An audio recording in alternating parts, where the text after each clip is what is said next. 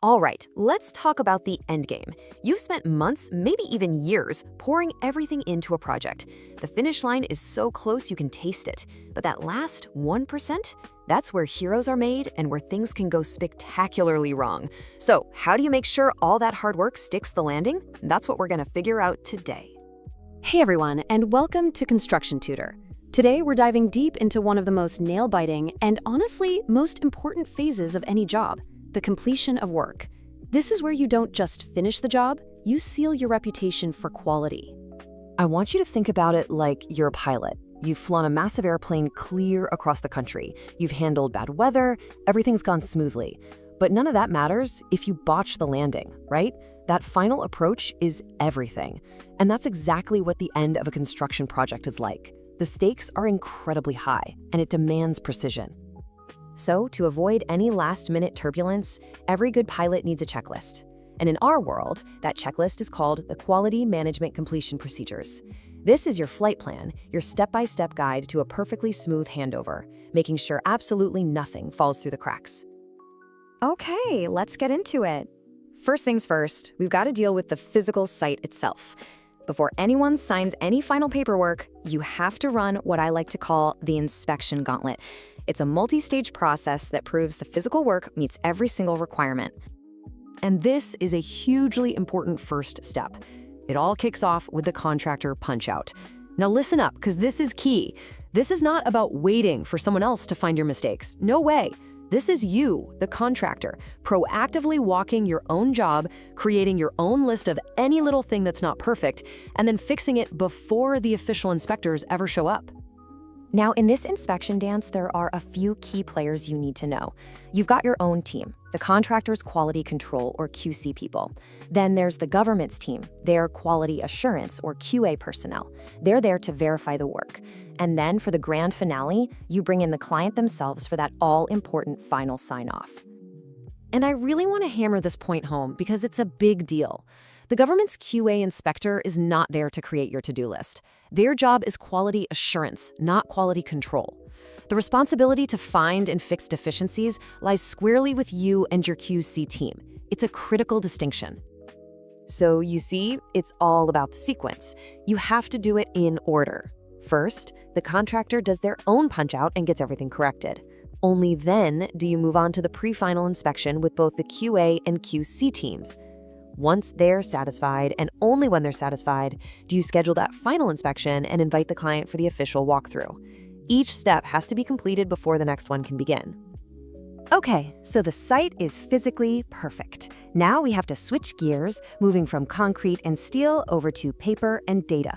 Believe me, the paperwork trail for your project has to be just as clean and organized as the job site itself. It's the foundation of a good handover. We can break down the essential documents into 3 main categories, and these are totally non-negotiable. Your QC manager has to deliver complete as-built drawings that show exactly what was constructed. You also need comprehensive operations and maintenance manuals, or O&M manuals, for every single piece of equipment. And finally, you need documented proof that you actually train the client on how to run their new facility. And here is a pro tip that will save you an unbelievable amount of headaches. Do not, I repeat, do not wait until the last week of the project to start your as-builts. That's a classic mistake. They should be living documents, updated constantly as the work happens. Trying to remember a small change you made 6 months ago is a recipe for delay and, frankly, inaccuracy. This quote from the source material just illustrates the sequence perfectly. It's common sense, really. You can't train someone to operate a complicated machine without the instruction manual, right? So the O&M manuals must be submitted, then reviewed and approved before you can even think about scheduling the client training. This makes sure the training is based on solid, approved information. All right, the site is pristine, the paperwork is signed, sealed, and delivered.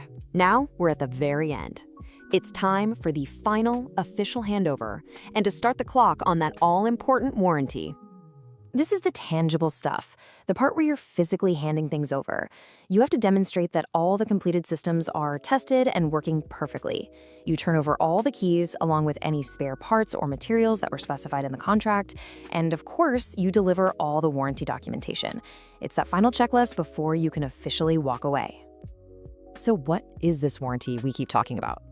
Well, for government contracts, it's usually defined by this specific Federal Acquisition Regulation, or FAR clause. In simple terms, what it says is that you, the contractor, are guaranteeing your work for 1 full year, starting from the day the government officially accepts the project. 1 year. That's the standard. That is the period where if anything you built fails because of your workmanship, you're on the hook to come back and fix it. It is your signature of quality, proving your work can stand the test of time. But here's where it gets even better for the client.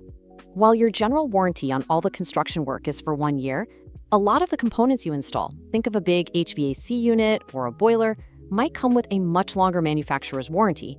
We're talking 5, 10, sometimes even 20 years. That longer warranty passes directly to the government, which gives them a fantastic extra layer of long-term protection. Okay, we have covered a lot of ground here. Inspections, paperwork, warranties. But if there's one thing to take away from all this, it's the critical importance of the order of operations. So let's put what we've learned to the test. So here's the question from the source material, Exercise 6.5. What is the correct chronological order for all these quality management completion procedures? Take a second and think about it. How would you assemble all these different pieces into a logical flow that takes you from nearly done to completely handed over? And here is the answer. This is the path to a perfect project completion. You start with the prep and paperwork, getting those as-built and O&M manuals done. Then you do your own contractor punch-out. After that, you hold the pre-final inspection with QA and QC. Once that's passed, you can conduct the client training and turn over the keys and spare parts. All of this leads up to the final inspection with the client, and once they give you the thumbs up, the project is officially handed over, and that 1-year warranty clock starts ticking. See how it all flows together? So, the real takeaway here is that a great finish doesn't happen by accident. It's the result of a deliberate, professional, and sequential process. Mastering this flow isn't just about finishing this one job. It's about building a reputation for excellence that's going to win you the next job and the one after that. Hey, if you found this breakdown helpful, do me a favor and hit that like button, and definitely subscribe to Construction Tutor for more. We're here to help you build your knowledge one project at a time. Thanks for watching.